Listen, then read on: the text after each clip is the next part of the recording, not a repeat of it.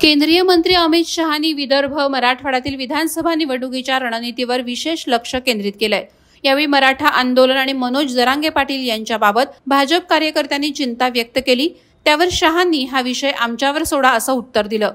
गुजरातमध्ये आम्ही अशाच आंदोलनाचा सामना केला होता, तिथे पटेल समाजाचं आंदोलन सुरू होतं, त्यामुळे मराठा आरक्षणाचा विषय आमच्यावर सोडा, तुम्ही बूथवरील मतदान वाढवण्यावर लक्ष द्या अशा सूचना शहांनी दिल्या। मात्र याच वक्तव्याची तोडफोड करून फेक नरेटिव्ह पसरवत विरोधकांनी राळ उठवल्याचे आरोप होत आहेत।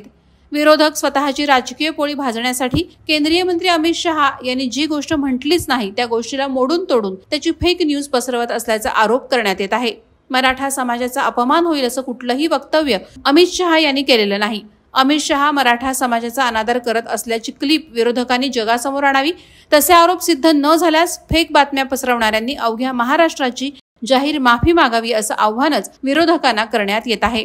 मराठा समाजाच्या उन्नतीसाठी महाविकास आघाडीनं एक पैशाचं देखील काम केलं नाही, उलट मराठा समाजाचं आरक्षण यांनी संपवलं आणि सारथी सुद्धा डबघाईला आणली। आता स्वतःचं अपयश लपवायला महाविकास आघाडी अशा प्रकारची फेक न्यूज पसरवण्याचं काम करत असल्याचे आरोप सतत होत आहेत।